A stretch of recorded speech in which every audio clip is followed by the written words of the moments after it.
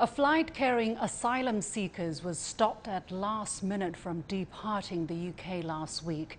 They were the first batch of refugees the UK deems inadmissible who were to be offshored to Rwanda in a new bilateral deal.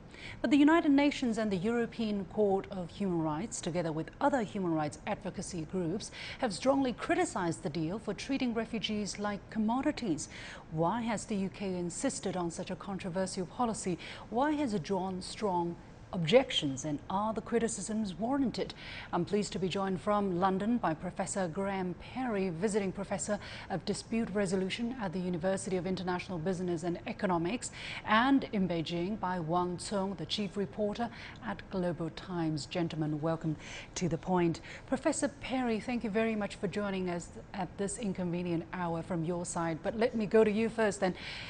In an address in April, UK Prime Minister Boris Johnson said the agreement was reached between the UK and Rwanda, and it's called Migration and Economic Development Partnership. He said it means that anyone entering the UK illegally, as well as those who have arrived illegally since January the 1st this year, may now be relocated to Rwanda.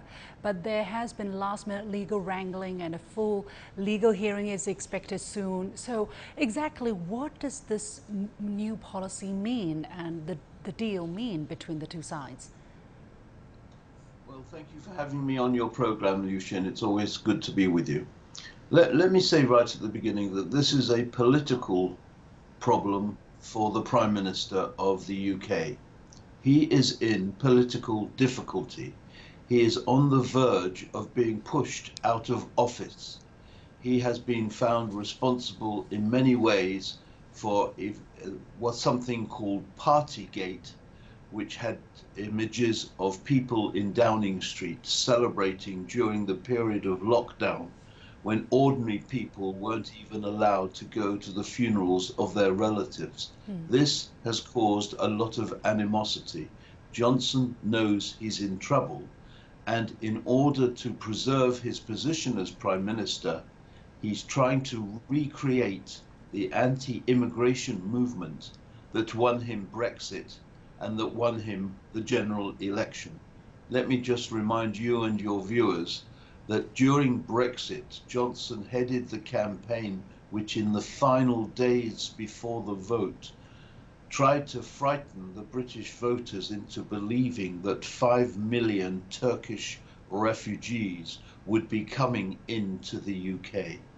He's trying to do this again now because he's in political difficulty. He is in a lot of trouble. So the move to create a movement of refugees from the UK to Rwanda is an attempt to prove his credentials as a Prime Minister, as a man of action, as a man who can find solutions to the increased number of people seeking entry to the UK. That is the problem. Well, in a statement, he did say that the deal is to fight trade, human trafficking, and to fight against people smuggling, because a lot of people, supposedly according to him, drown while trying to cross the English Channel to reach the UK. However, Wang Cong, the UN refugee chief actually said explicitly that he doubts this is the real motivation behind the deal. So what exactly do you think is the real motivation of this deal? Well, I think as the professor put it, it's all about politics, self-serving politics with regard to Mr. Johnson's political standing in the UK.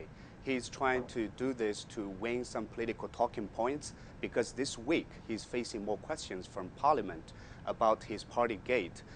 So I think but the broader point is anybody with a reasonable mind should, have no problem understanding to see what this move is, which is a complete disregard to humanity, to international laws, and to the people who are trying to seek asylum in the UK. But the broader point I want to mention, the most appalling of all this is how the Johnson administration is responding to all the criticism from the UN, from the European Court, and from within the UK politics, that it's the toughness, the stubbornness, the carelessness about the move, this immoral or illegal move. That shows that everything within the UK, the so-called democratic system, that everything is about talking point, about elections, about surviving political scandals. I think this is a broader issue. And also another problem is we have heard criticism from the UN, from European courts, but the rest of the Western world is missing. The US has not been speaking about this issue. The Australia, other European governments.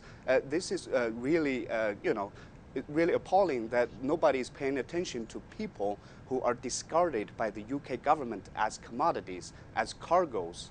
Right. Well, the UN refugee chief, the UN High Commissioner for Refugees, Filippo Grandi, has called the policy all wrong. He said that the UK is a signatory to the International Convention on Refugees, so trying to export the responsibilities that this entailed runs contrary to any notion of responsibility and international responsibility sharing. Professor Perry, what exactly do you think he really means here by exporting responsibility?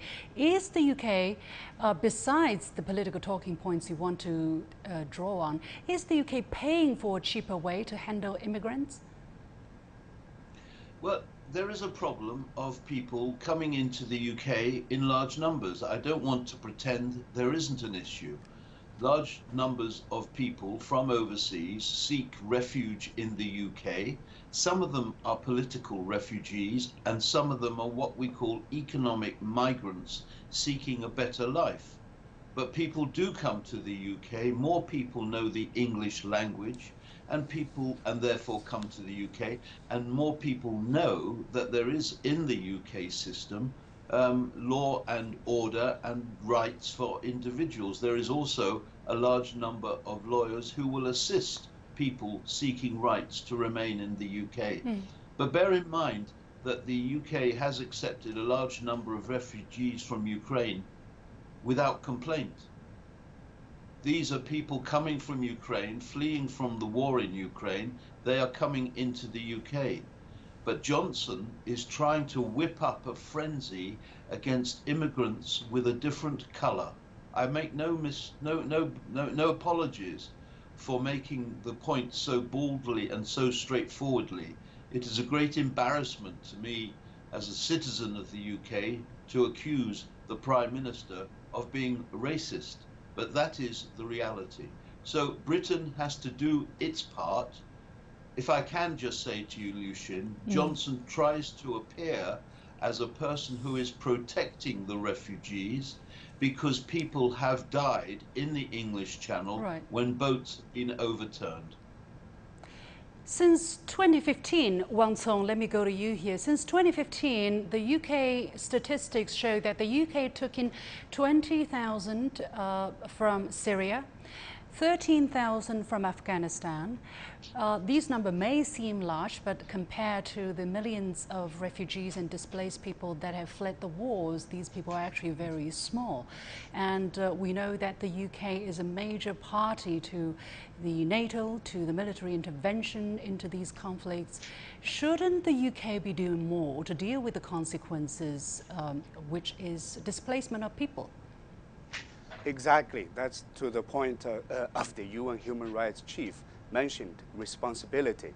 The UK has a moral responsibility, not only because it's a country with a self-proclaimed human rights defender, it's also part of the cause to why these people flee their country and risk their lives to seek better lives in the UK in hopes of seeking better lives in the UK.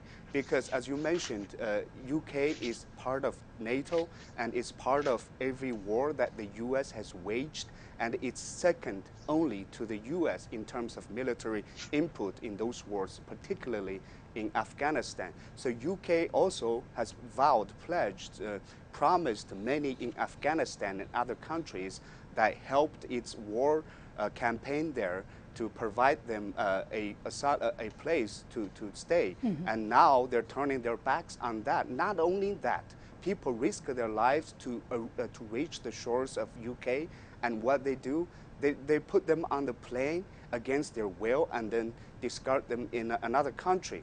And another point is, I think, as the professor put it, yes, I understand there's a crisis, immigration crisis going on in the UK, which can be dangerous to the immigrants. However, this is not the point. This is not the way to handle it. People know it, but the UK government, Mr. Johnson, is still pushing for it. That's the problem.